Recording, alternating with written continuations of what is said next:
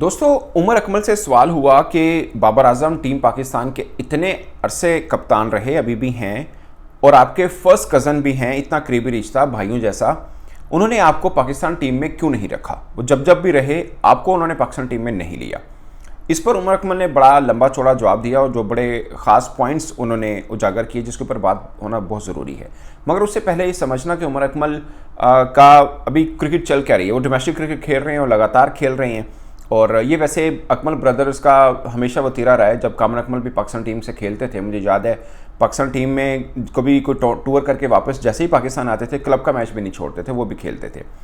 तो उमर अकमल ने ये कहा कि असद शफीक जो सिलेक्टर हैं, मोहम्मद यूसुफ जो हैं, इन सबको पता है कि मैं डोमेस्टिक क्रिकेट में कैसा परफॉर्म कर रहा हूँ, मेरी फॉर्म कैसी है। और सबसे ख़ास बात कि जब डोमेस्टिक मैच होता है तो पूरे मैच के अंदर मैं एक ओवर भी बाहर नहीं जाता रेस्ट करने, पूरा मैच में फील्डिंग करता हूँ।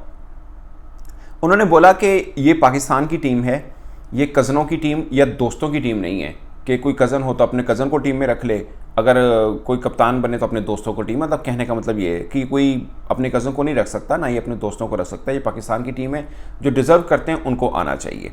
और उन्होंने जो बात की इनडायरेक्टली वो ये कहना चाह रहे हैं कि ये बाबर आजम को लेकर क्यों बात होनी चाहिए, ये तो पाकिस्तान क्रिकेट बोर्ड से पूछना चाहिए। पाकिस्तान क्रिकेट बोर्ड ने जो सिलेक्शन कमेटी बनाई है ये उनसे पूछना चाहिए कि क्या मेरी डोमेस्टिक की परफॉर्मेंस ऐसी नहीं है कि मुझे पाकिस्तान टीम खेलना चाहिए, और मुझे लेकर सिलेक्शन कमेटी सोच क्या रही है। मेरी ख्वाहिश है कि मैं पाकिस्तान दोबारा खेलूं, और सिलेक्शन कमेटी मेरे बारे में क्या आइडिया रखती है मुझे मतलब क्लियर बताना चाहिए कि क्या होना चाहिए। मगर उन्होंने बोला कि ये सवाल बाबर आजम से नहीं होना चाहिए कि मैं उनका कज़न हूँ तो मुझे खिला लें, बाबर खिला ले, या मैं बाबर को कहूँ या मैं पाकिस्तान क्रिकेट बोर्ड के किसी आला अहदेदार को कहूँ। उनसे सवाल हुआ कि आपकी क्रिकेट बोर्ड से बनती नहीं। उन्होंने बोला कि मैं ऐसा नहीं है कि मैं किसी को मतलब जी हजूरी करूं या किसी से रिक्वेस्ट करूं, ये मेरा रहा नहीं कभी भी कि मैं किसी को तरले मिलते करूं कि मुझे खिलाइए। अगर मैं डिज़र्व करता हूं तो मुझे खिलाइए, और अगर मेरा डोमेस्टिक में चेक करना है तो आप जो सीनियर क्रिकेटर्स जो टीम पाकिस्तान के साथ हैं जो डोमेस्टिक खेलते हैं, उन्होंने बोला तो बहुत कम लोग हैं जो डोमेस्टिक खेलते हैं जो पाकिस्तान टीम के साथ अब जुड़े हुए हैं, और अगर कोई खेलता है तो एक घंटा बाहर रेस्ट करता है। और उन्होंने फिर ये भी बोला, उन्होंने बोला कि बहुत से क्रिकेटर ऐसे हैं जो लीग क्रिकेट को प्रेफर करते हैं, डोमेस्टिक क्रिकेट को नहीं करते। लेकिन जब हम लोग खेलते थे हम लोग लीग क्रिकेट को कम प्रेफर करते थे, डोमेस्टिक क्रिकेट को ज़्यादा प्रेफर करते थे। ये उमर अकमल ने काफ़ी खुला बोला है और इस सवाल का जवाब दिया जो बहुत से क्रिकेट फैन सोचते रहे हैं हमेशा कि बाबर आजम ने क्यों नहीं कभी कुछ कहा कि यार उमर अकमल अगर अच्छी फॉर्म में तो उनको ले लेना चाहिए। अब बात ये आती है कि उमर अकमल की डोमेस्टिक में परफॉर्मेंस कैसी है और कब पाकिस्तान की तरफ से लास्ट टाइम खेले।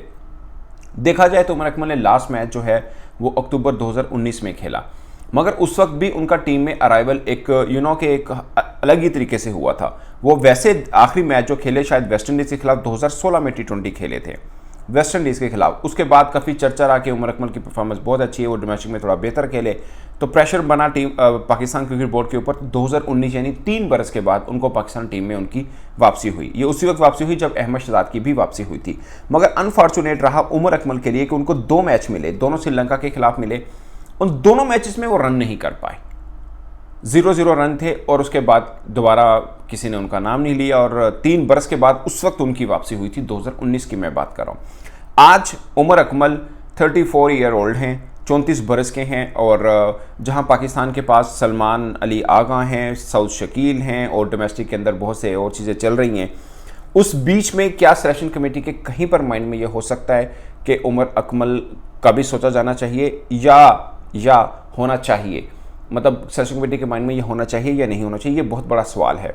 क्योंकि हर क्रिकेटर चाहता तो है कि वो पाकिस्तान की तरफ से खेले, मगर सबसे बड़ा प्रॉब्लम पाकिस्तान के अंदर ये होता है कि आप टाइमली किसी को मौका देते नहीं हैं, और जब आपको फील होता है कि हाँ दे देना चाहिए था, तब बात आती है कि एज बहुत हो गई है।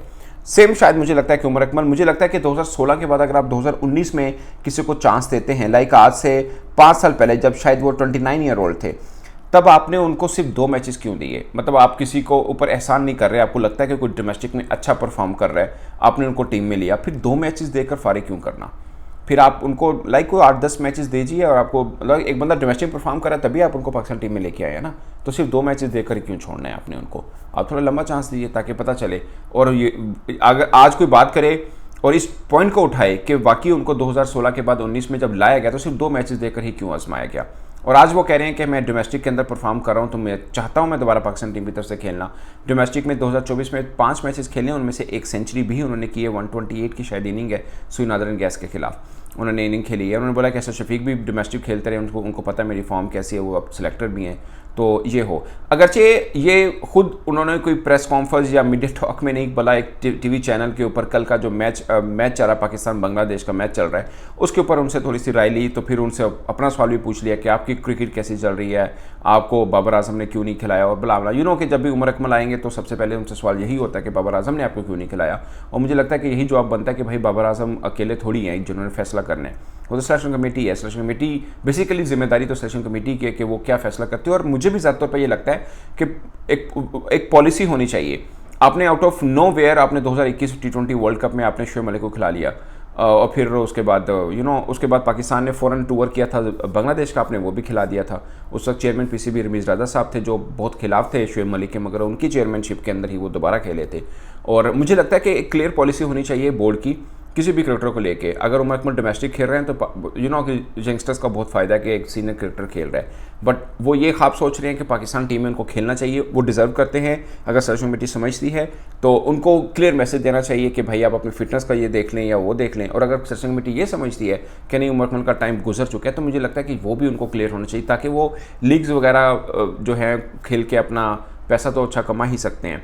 और ऐसा है नहीं कि उनकी क्रिकेट अभी इतना नहीं हो कि वो लीग ना खेल सकते हों, क्योंकि मतलब क्रिकेटर तो हमेशा वो अच्छे ही रहे हैं, इसमें तो कोई वो है नहीं। कभी शायद मुझे नहीं लगता कि परफॉर्मेंस को लेकर उनको कभी किसी ने बहुत ज़्यादा क्रिटिसाइज़ किया हो, और चीज़ों के ऊपर उन पर बात ज़रूरी हुई है।